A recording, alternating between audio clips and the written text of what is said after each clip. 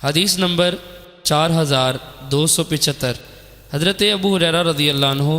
سے مروی ہے کہ حزیل قبیلہ کی 2 عورتوں میں سے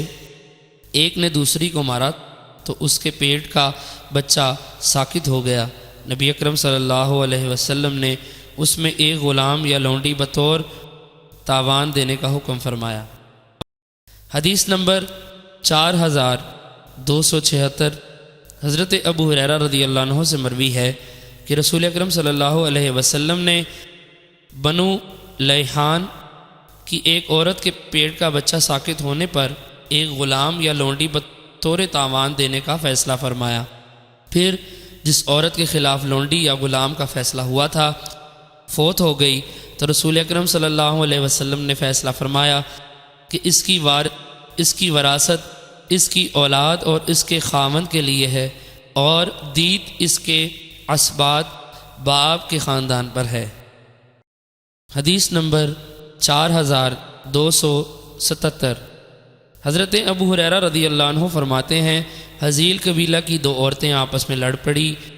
تو ان میں سے ایک نے دوسری کو پتھر مار کر اسے اور اس کے پیٹ کے بچے کو ہلاک کر دیا،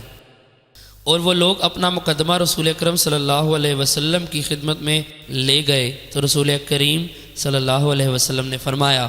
کہ اس کے ساکت ہونے والے بچے کا تاوان ایک غلام یا لونڈی ہے، اور عورت کی دیت اس قاتلہ کی عاقلہ باپ کے خاندان پر مقرر فرمائی، اور اس دیت کا وارث اس کی اولاد اور اس کے دیگر رشتہ دار کو قرار دیا۔ حمل بن نابغ الحزلی نے کہا یا رسول اللہ صلی اللہ علیہ وسلم کس طرح